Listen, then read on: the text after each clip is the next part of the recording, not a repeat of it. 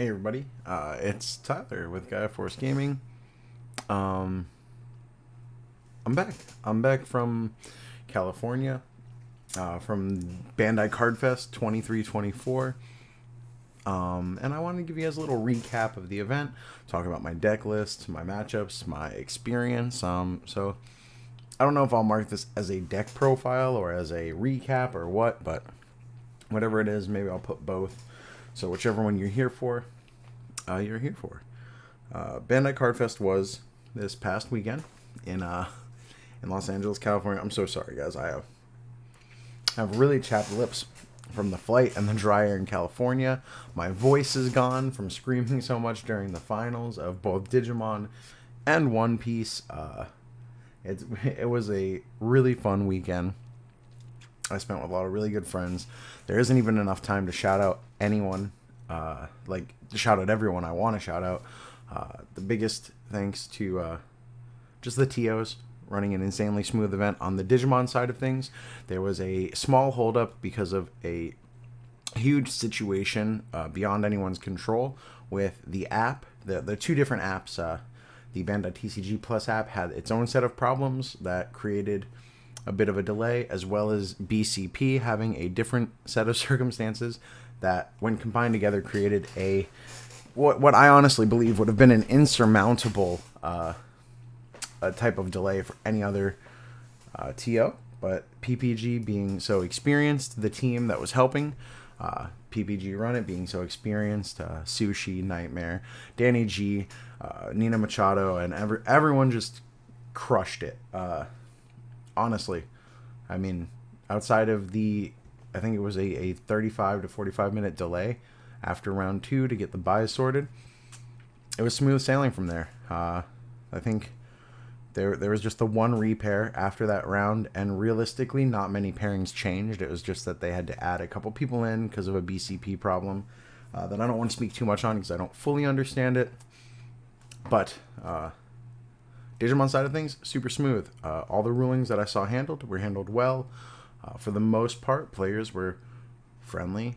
I didn't see a ton of sharking. Didn't see a ton of just bad sport. A lot of good sports. A lot of just celebrating each other. Even where I was for most of the event. I'll talk about my record real quick. I did go 7-3 over 10 rounds and ran a round early, which hurt my bubble chances. But I deserved the placing I got. I over-prepared for certain matchups, under-prepared for others. I also found out, and I'll talk about it when I go through the deck profile, I found out that I was playing a card completely wrong. I was doing the best parts of what that card was giving me, but I just limited my accessibility to being able to use that card by just misreading when I was able to physically play the card. I thought there was a different limitation on it that didn't exist, and I just feel silly about it because I didn't realize it until round 6, which was 4 rounds into the event for me. But all of my losses, super close. Can't feel bad about them. All of my wins, for the most part, were also super close. I don't think any of my games were determined by drastically bad luck, which either one way or another, which is really good. All of my opponents were really cool, really fun to play with. We had a good time. I loved rooting on my friends, my teammates. I loved supporting the community. A bunch of people who playtest in GFG events, playtest with me and the boys. I see them in luxury events all the time. Just so many people did so well this weekend, and I just am over the moon with how great of a community we have built here with the Digimon TCG. Bandai Card Fest it was crazy. Last year, it felt like a Digimon event where it was very much about the main event, the side events, play your cards, have fun. But if you weren't there for the main event, I do have friends who came and they felt like it was lackluster for them because they weren't playing in the main event. They didn't make the LCQ. And while the side events were fun, they just felt a little excluded from the main draw of being there. This year, I almost felt left out having to play in the main event because there was so much to do.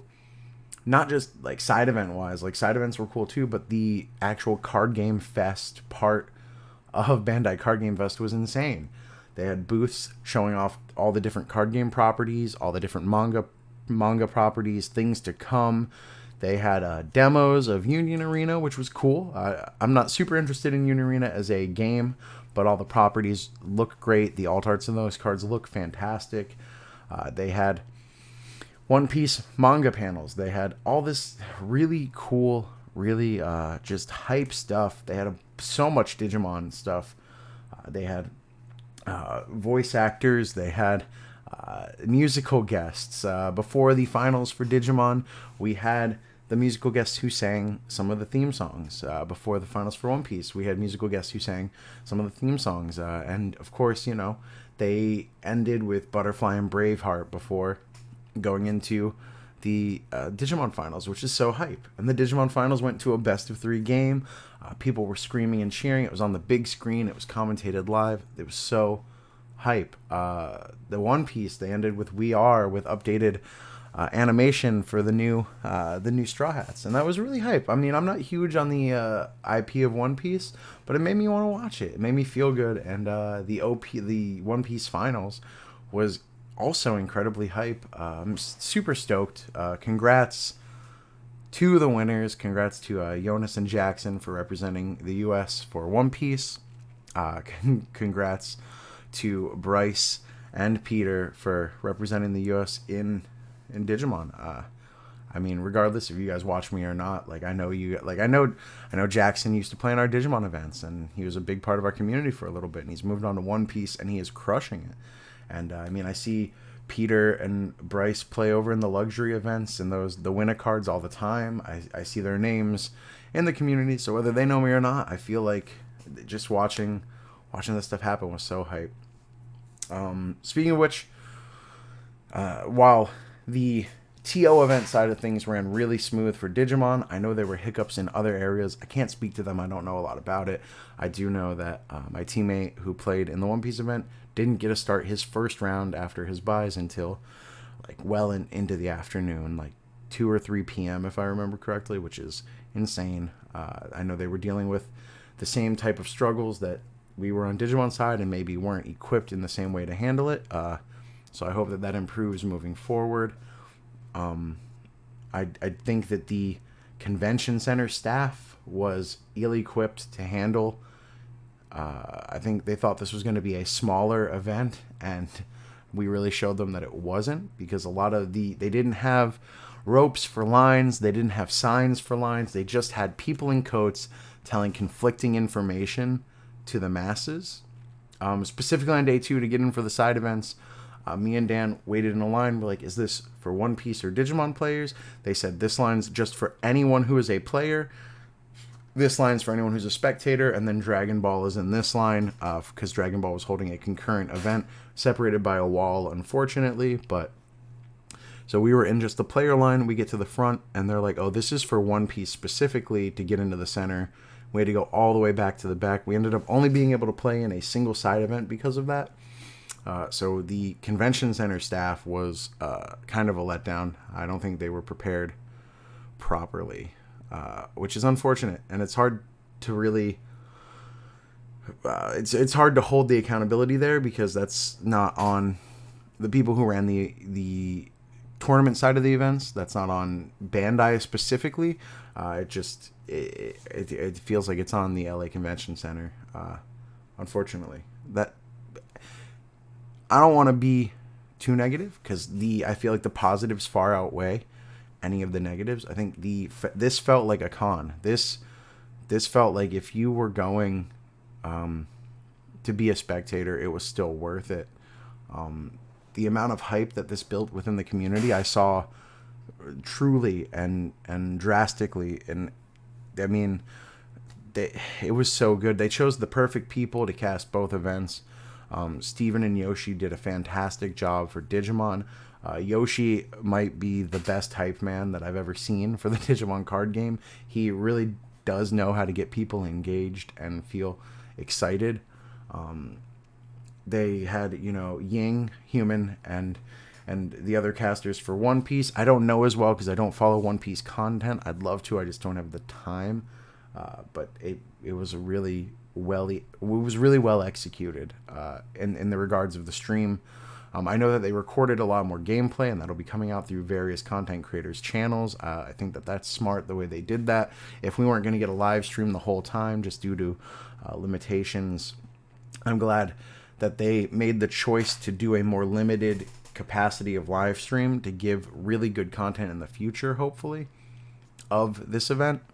So I'm looking forward to seeing that as it comes out. But overall, Card Game Fest was a really huge success. I can't begin to tell you how much fun I had. I can't begin to tell you how excited I am for this upcoming season of Digimon. I guess we're going to talk about the deck now, you know? I mean, let's talk about the deck upload. People have been wanting this list. The reason I've hesitated to give it is because I kept changing it so much. One card here or there, a ratio here or there, trying this, trying that, and now I've decided on like what I think is a really solid build for me. I think I went with the right build. I think my play was pretty good throughout the event. Like I said, there was a misunderstanding that I had. It's my fault. I'm not going to feel bad about it, other than just a little silly that I overlooked it. And the way I found out that I was wrong is I witnessed someone do it a way that I thought was improper, that I wasn't doing it. I pulled a judge to the side, didn't, you know, interrupt the game or anything. I was like, hey, I think that this might need a judge call. This happened. I don't think you could do it that way. And they pulled up the card and they explained to me that I was wrong. And I was like, oh, I've read that wrong. Egg on my face. So from that moment forward, the deck worked even smoother, and I had a way better time with it. But we'll talk about that when we get to it. Let's do the deck profile. Boom. Here we are. Top-down view.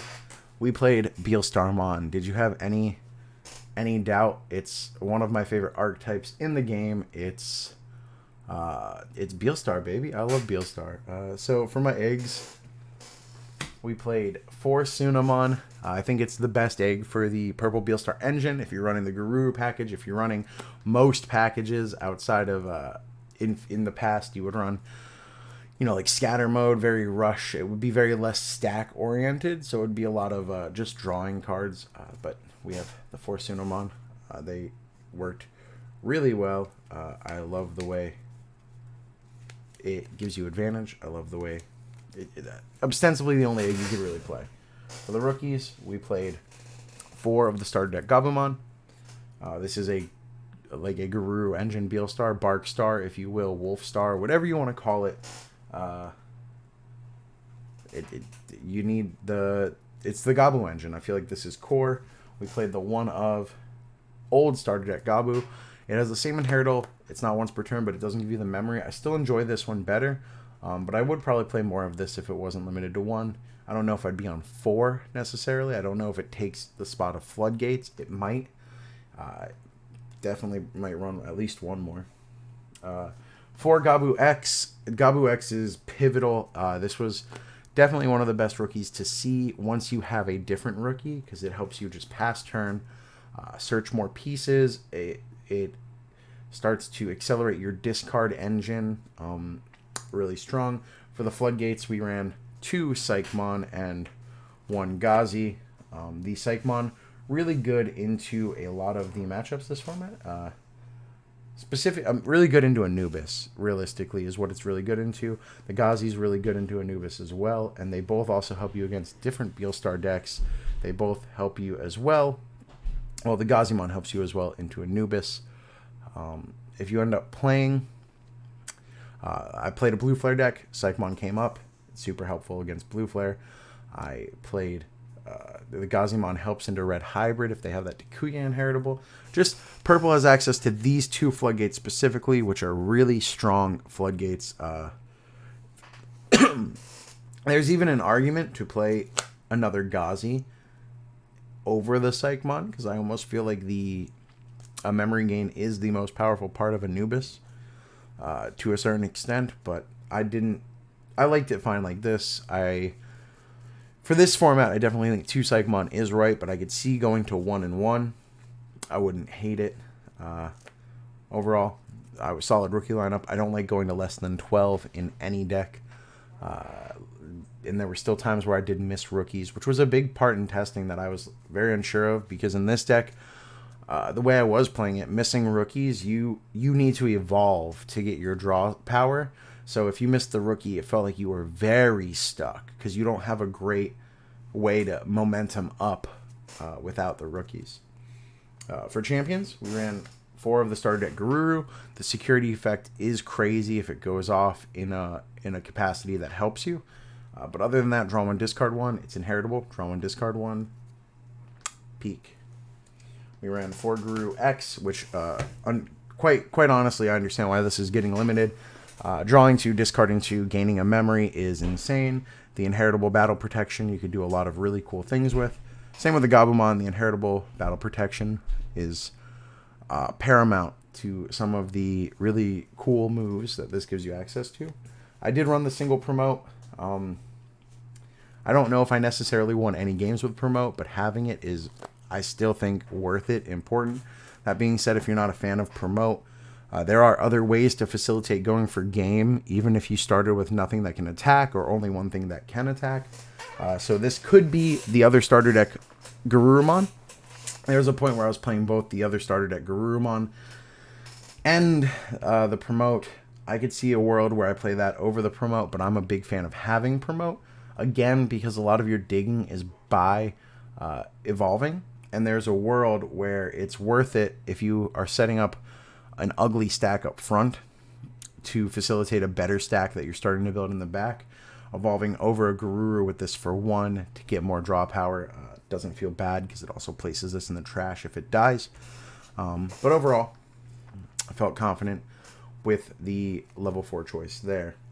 Level 5s, I did up my count of level 5s. Not terribly last minute, but it was something that I've been talking with Dan, who helped me test a lot, others who helped me test a lot. I think 3 is the right move for this Garurumon. This is so powerful. If you have a full stack with this Garurumon, it feels great. It puts a lot of aggression on. And answering the floodgates with his inheritable feels good, which is why I run a single Garurumon X, which I bounced back and forth between having this or the BT9 one. I did settle on this one, and I do really I don't regret making this choice. It came in handy so much. There were a lot of games I won simply because of the Garurumon X being able to unsuspend itself, or being able to evolve for free with Protoform over this to either create another swing or create a world where I could blow up a floodgate to help facilitate game. There's also a world where if they have the Psychmon out, you evolve over the Garurumon with Beelstar to facilitate that inheritable to pop the floodgate and play your other Beelstars at a reduced price. But my level 5 lineup felt very solid here. My level 6s, is no surprise to you guys, I have 4 Beelstars. There are games where you don't play Beelstar. There are games where you play Beelstar for 6 or 7, and it still gives you that body and that answer to the board. Beelstar is great. Played 1 Ace. If players just forget about Ace sometimes, and they'll swing into a really disadvantageous situation. It stole me at least 2 individual games throughout the course of the day. It's won me matches just by becoming a blowout in game 3 that they didn't see coming. It also, with this, facilitates a big stack multi-attack OTK that could clear floodgates, and you know, it's worth it. We have the 1 ruin mode. Ruin mode in this format, I think most formats, honestly, is just huge. Being able to do that minus 5k to the board that lasts the turn, if you're able to then again swing and do it for a second turn, it'll usually lock most decks out of like any sort of forward momentum. So huge. One moment. Between my chapped lips and coarse voice, I'm struggling over here. But ruin mode, I was running Death X for a while. I decided against that just for the sake of space.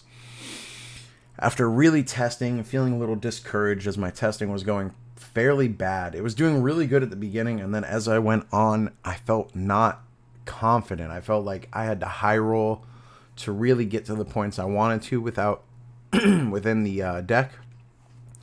And then I just started looking at it differently, and I decided that I was going to take away the pieces of the deck that felt like they helped me come back into a game that I started losing.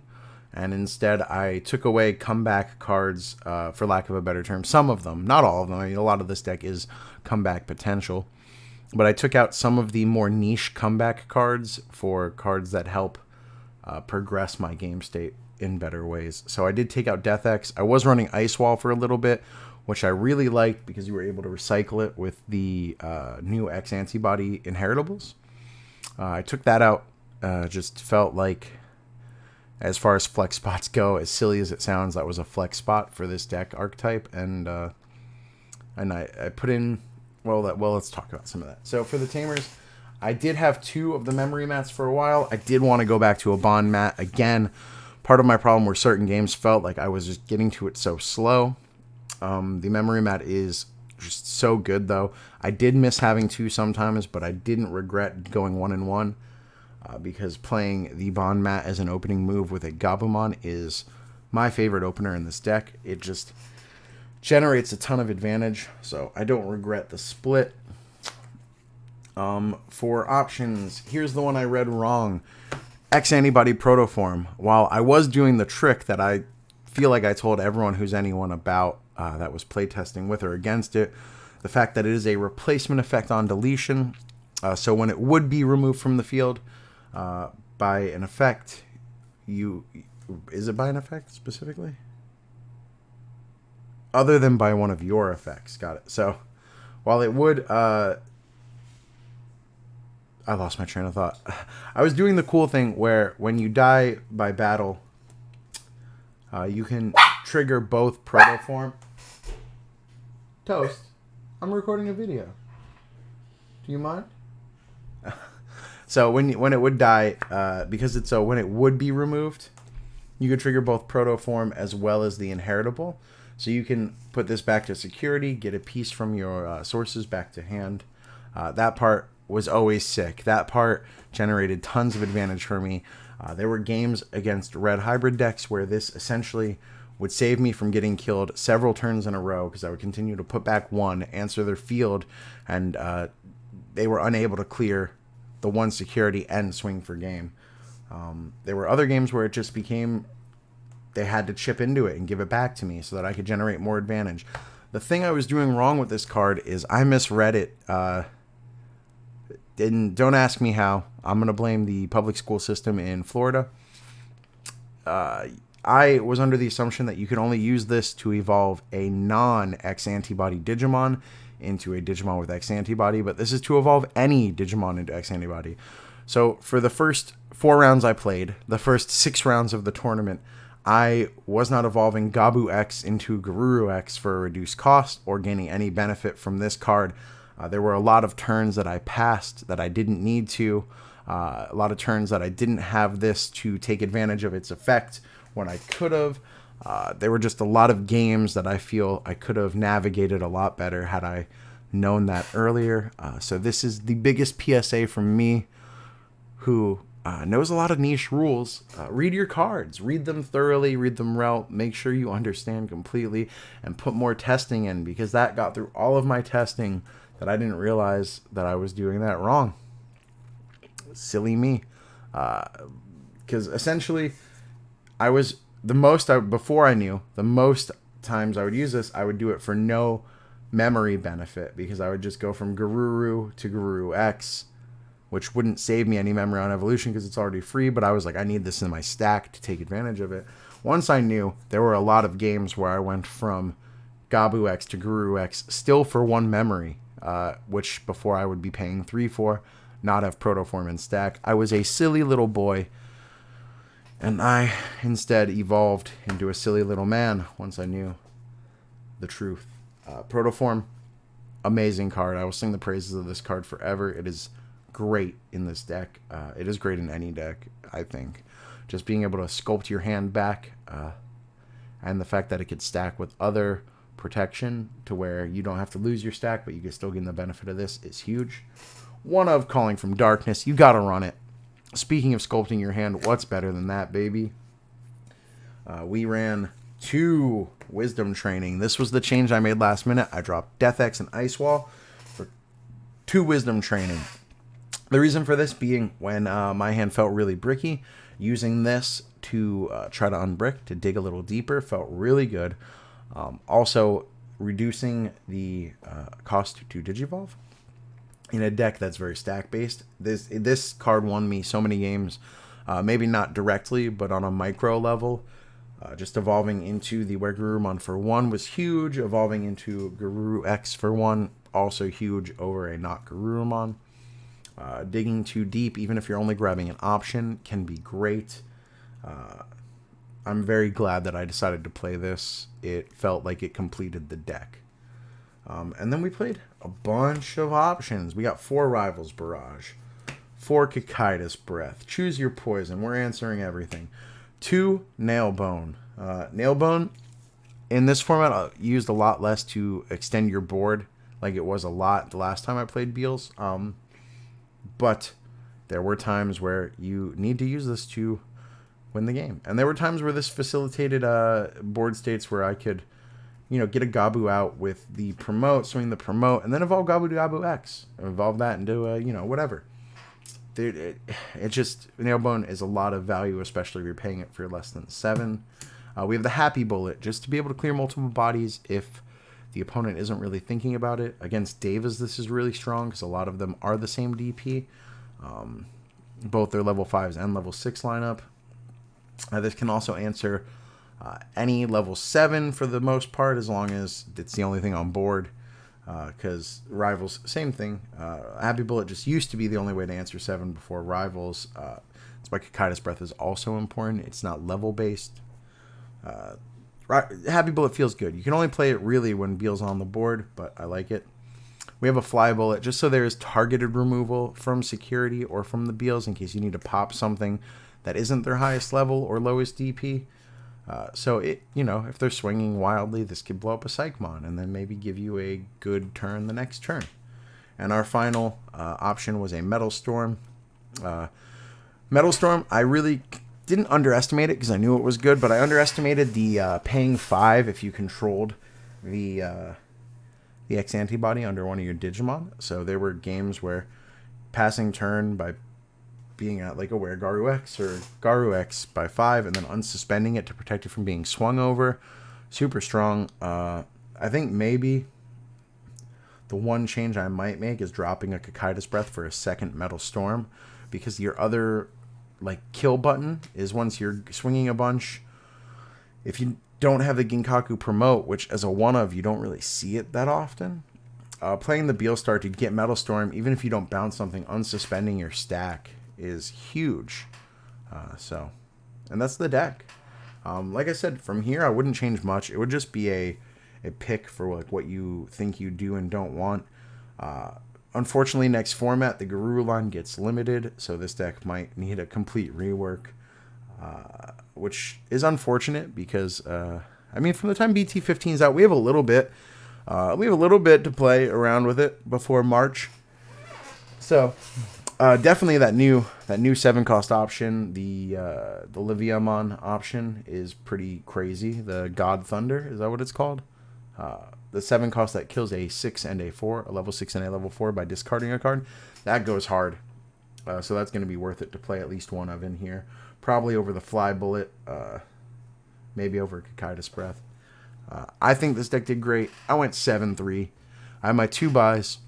And then in round 3, I played Red Hybrid. Very close set of games. Barely. I lost by the skin of my teeth. Round 4, I played Anubis, one of the Miami players. It was a fantastic game. Again, that was my game to lose. Both those games, I think, could have been different had I known about the X antibody earlier, because there were some sloppy plays on my part due to the inability, the ineptitude of me, the thought that I was unable to play the protoform correctly. Then I played another Anubis. I won that matchup. I played another red hybrid. I won that matchup. I played a black war Greymon. I won that matchup. I played against a Bloom Lord. Game 1, I barely lost, and it was because he swung. I had him at 0 cards in deck, 0 security. He was swinging just to see what he can make happen. He hit a Tamer in security, which put it at exactly 10 cards on board. So he was able to Quartz to unsuspend, keep turn.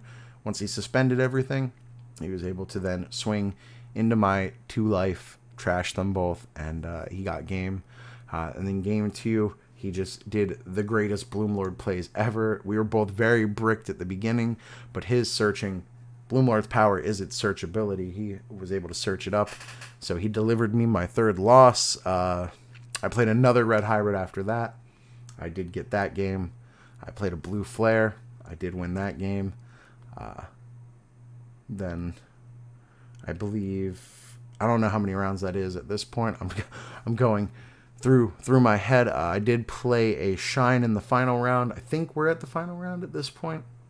I did play against Shine Greymon. I did get that match pretty handedly. I was able to against that matchup. You just don't let them chip you early. You try to really overcompensate, because they could just pop off and take a ton. But once you get game 1, you could play a little more. Be a little more fast and loose.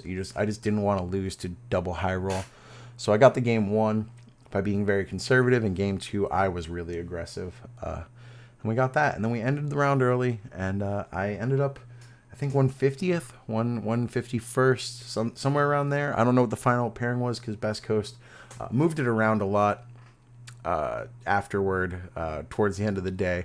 I know I didn't get the top 128 prizing. I got the next rung of prizing, which is a little more. It felt good. And overall, I'm happy. I'm happy with my performance. I'm happy with the deck.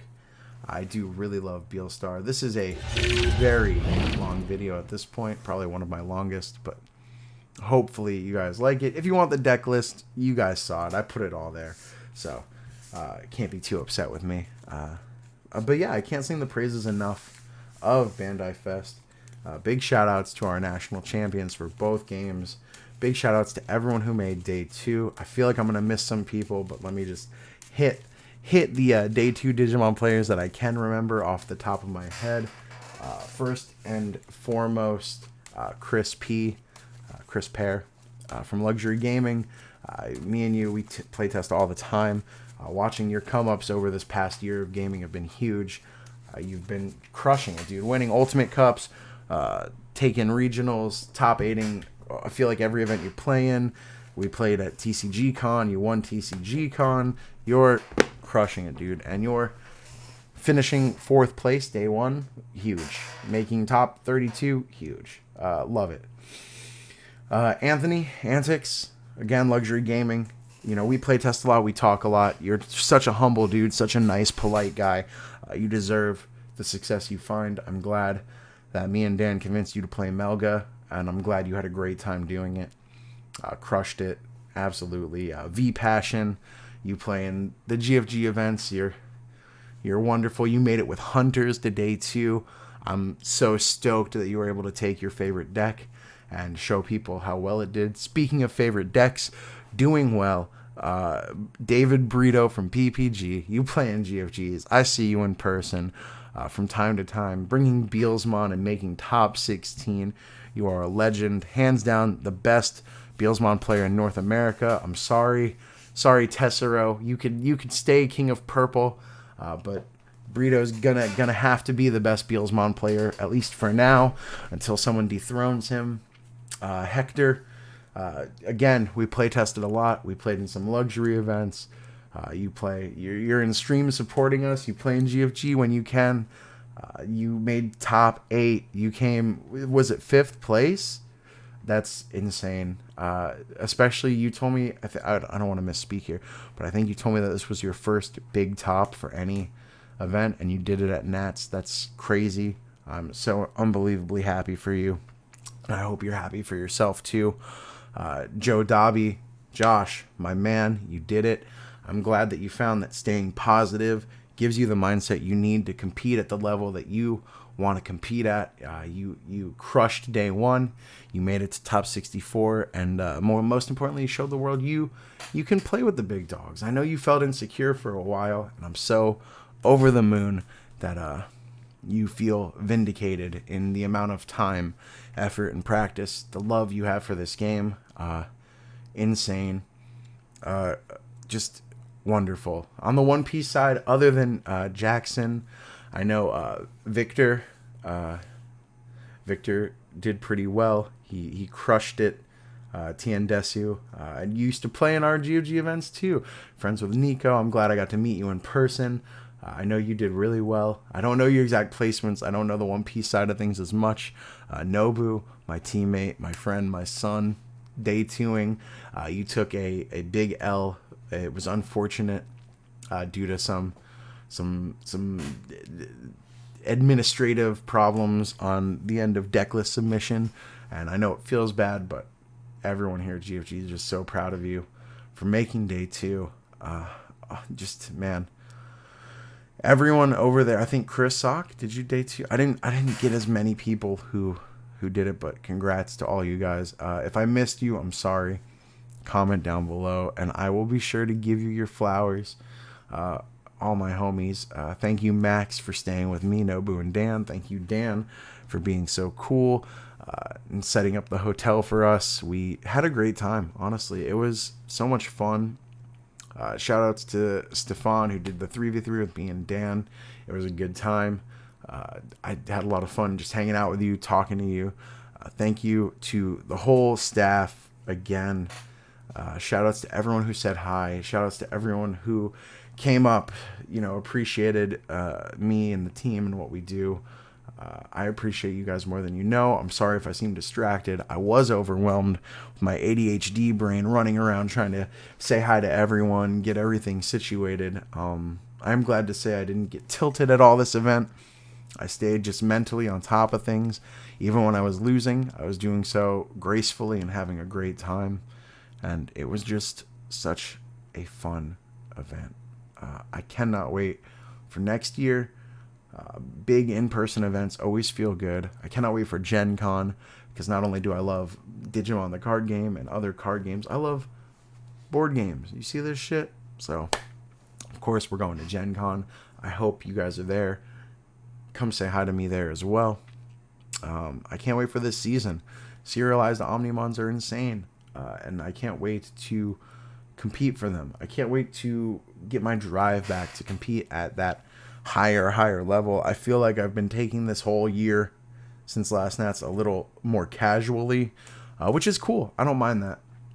I think it was the right move for me this year for both personal and professional reasons. I wanted to focus on still bringing good content to you guys through gameplay videos, commentary, different events that I commentated for different TOs, different decks to use in the gameplay video, meta-analysis. I wanted to make sure you guys were still getting good information, and I was willing to sacrifice my competitive edge a little bit for that. That's not my excuse. I'm not excusing my performance based on that. I think I performed well. I think even if I had put in the time and energy to play testing more, I don't know if it would have made a huge, significant difference, because all my games were very close. Something that I told to, both Josh and Anthony, both Antics and Joe Dobby, for different reasons, because one was really happy about their success and one was a little disappointed, and it's okay to be both of those things. But it's got to be someone's day. Like, why can't it be yours? So like when you're feeling insecure, just remember, like, maybe it's your day. Like, someone's got to win. Why can't it be you? But in the same token, when you don't win, when you feel like you did everything right and it doesn't go your way, just remember, maybe it's your opponent's day. Maybe it's their time. Maybe they need this win a little bit more than you do for one reason or another. And it's okay for the universe to deal the cards that way. Win or lose, we're all playing this game because we love it. We're all here because we love something about it. And the thing that I love about this game is the community and you guys. So as long as you guys are here, I'll be here. And I can't wait to see you guys at the next one. Thank you for your support. If you're still here in this video, you're the realest person in the fucking world, and I appreciate that more than you know. Like, comment, subscribe, join the events, come say hi, and I cannot wait to see you guys more throughout this year. Digimon forever. I love you guys. Bye.